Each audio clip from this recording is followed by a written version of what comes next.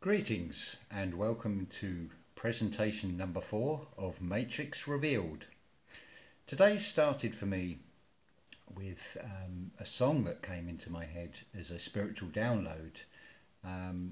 Cast your minds back, those of you old enough to remember Toyah Willcox and the group called Toyah, and the most famous song, It's a Mystery. Now, before we even go on to that, just think about Toyah with the bright orange hair. There's a visual reference straight away.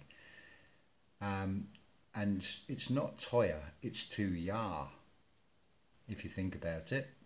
Because words always have two meanings, and that includes names. Names are just labels after all. Before I forget, we've had a lot of speculation. What are we on today? The 11th. So I've heard talk of the 12th of December being the day that we find some of us are not going to have our channels remaining. And yes, it could happen, and so what if it does? I've got a lot of the videos saved and I'll just find another platform as and when the time comes. But business as usual until that time. But if anything should go wrong, you can find me on Facebook, and I will put the link in the description down below.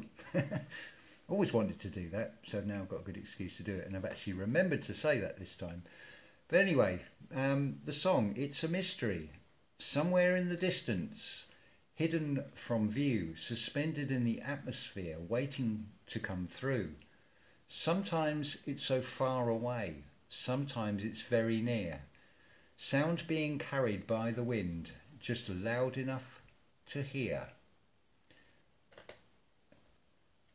Feel its power within me, bells ringing in my head. So often I have heard its cry, but forgotten what it said. It's a mystery, I'm still searching for a clue. Well, straight away there, it is a mystery to all of us. The questions we've all got of where do we come from, where are we, and where are we going from here? And yes, it is a mystery if you don't know where to look. The key to all of this is to understand magnetics. But before I even talk about that, let's just go back to these words. Bells ringing in my head. Well, there's your cerebrum, your cerebellum, your Sarah Abraham, this is your heavens. This is the thing to remember. It's critical, that saying about know thyself, because this is what we need to do. We have to have an understanding of what we are, and the 7 energy centers, the chakras, and the colors. Now, a very easy way to sort out any health problems, whatever it might be, the colors of the fruit and vegetables, but particularly the fruit, will correspond with the color of the chakra. So if it is the base chakra, then strawberries, red cherries, things like that, oranges, and red grapefruits for the solar plexus. And so we move up, and obviously blueberries and things are all very good for this part. But there's plenty to look out there for, and plenty on the chakras to be found. It basically follows the colours of the rainbow. You've got your violet, and then your lilacs, your light blue, green, which is the heart. So you've got your 3 above, and then the heart of the matter, and that's what we are in this carbon 3-dimensional world. We are matter. And then after the green, you have your the yellow, and then the orange and the red at the very bottom. And this is where we are. Our spine is basically, to our brain, is basically the representation of our soul, where we send this energy back up into our heavens, to our crown chakra, which is actually just outside on top. It's not actually within the body like the other ones. Excuse me a moment. I'm on a 3-day fast, and I'm feeling good for it, and I would recommend that all of you at least try the 3-day fast. Now, what we should be specific about, it's not going without anything at all. It is a controlled 8 hours of getting as much liquid into yourself as possible. I'm talking fruit juices here. Things like pineapple juice. Notice the colour will go with this, with your gut, basically, because your gut is your gut feeling. That's the thing you want to listen to most. This is the thing, to be in tune with your body. If you get a pain in your body, then you should listen to it. A lot of people will have that feeling of they'll eat a meal and then they think, oh, I could eat that again. It takes about 20 minutes for that signal to go up into the brain to say, don't send anything else down. And obviously, if you're then placed with another full plate of food 20 minutes later, you'll probably look at it and think, oh, I can't actually eat that anymore, because that signal has registered. And it is very worthwhile actually tuning in and becoming your own, I don't like to use the word doctor, because we are vessels and you do not want your oars docked, because then you're just taken wherever the tides and the flows will take you. You need to be captain of your own vessel always. And it is very important. The information is not difficult to find. There is lots of channels out there with information. I'm going to put some links in the description below this with some channels I'm going to recommend. But yeah, it's very important to know yourself and have a full understanding of, or an inner standing, I should say, of what we really are. In this, we are souls, and we are placed in these vessels in this three-dimensional world. Now you're in 2 days because you have your conscious and your subconscious.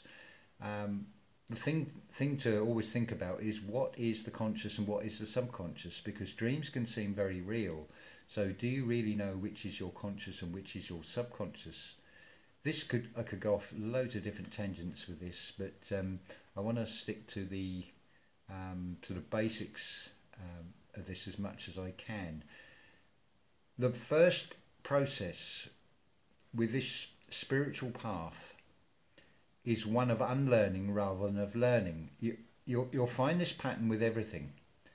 Even with the dark side as well as the good side, you always have to go the opposite way first. This is why you have the twin caduceus is represented by serpents, and it's also replicated in the double helix of the DNA that's always shown as well.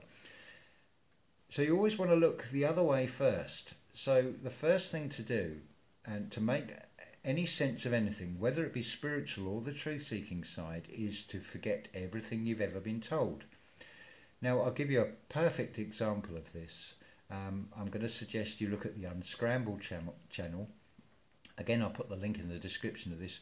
That old black and white footage that always looks to be playing too fast, there is a reason for that, because when it is slowed down, it reveals that green screens and overlays and projections are nothing new. You'll see in the slowed down footage that a lot of these faces are just masks, and they almost look like these black-eyed children, as they're described. Where the eyes should be is just completely black.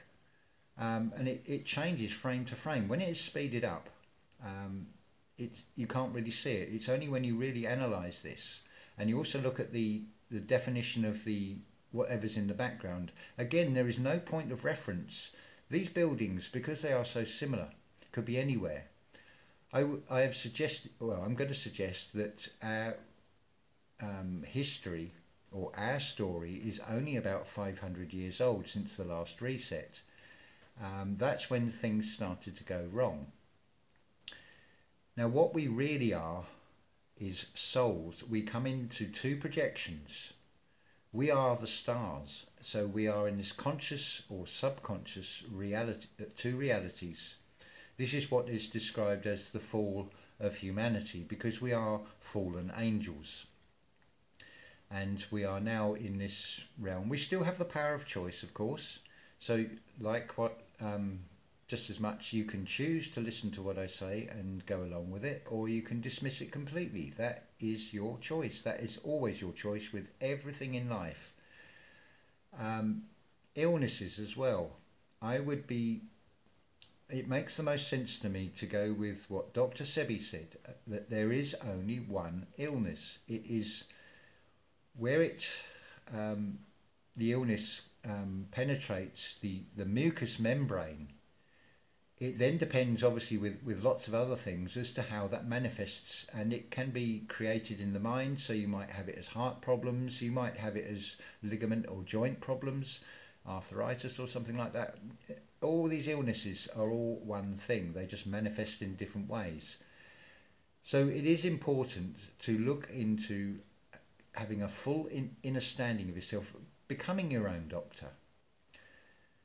Now, the critical problem that most people make is they will rely, and this is what we're taught in education, to look to somebody else for the answers, but that is completely the wrong place to look. We need to look inside ourselves for the answers. Yes, listen to other people and then make your mind up. It comes back to this choice again. What resonates with you is the most important. Now, there's a key word there, resonate.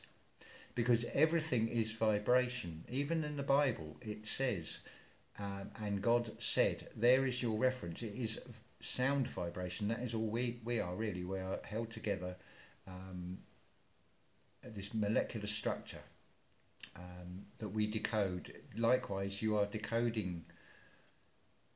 I create sounds which you think are words, and that sound vibration will come across, and then your brain decodes it and converts it back into words inside the mind, and this applies to everything. Yes, things can feel very real in the three-dimensional.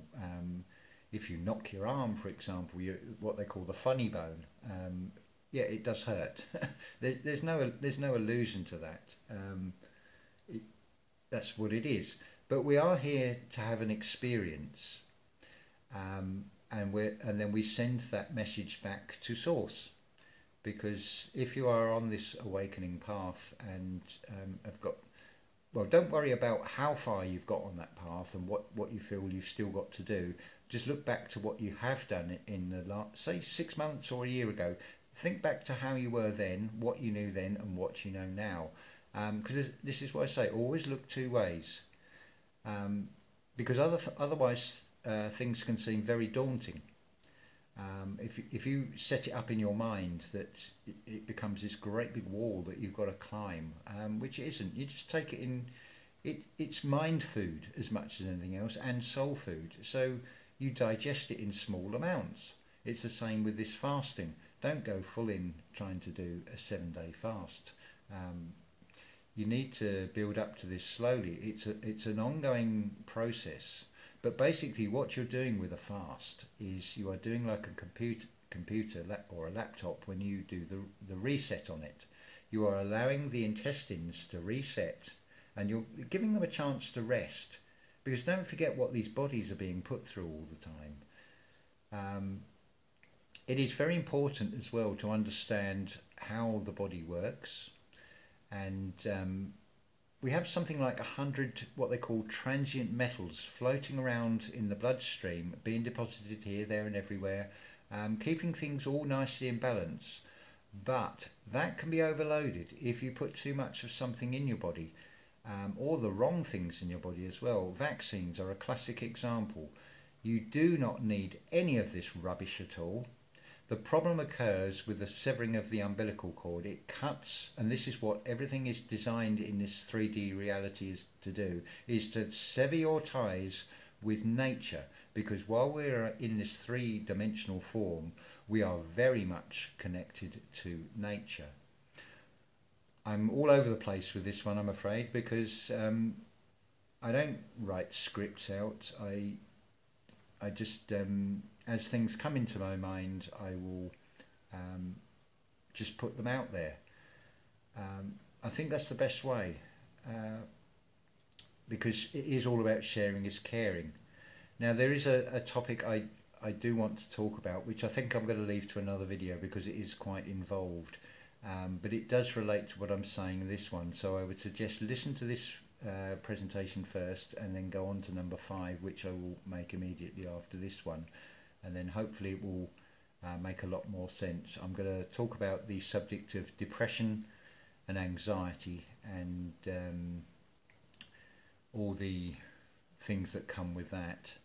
It's a big subject, but it needs to be discussed. It needs to be talked out a lot more. Anyway, thank you very much for listening, and I hope you'll tune in to the next one. Thank you.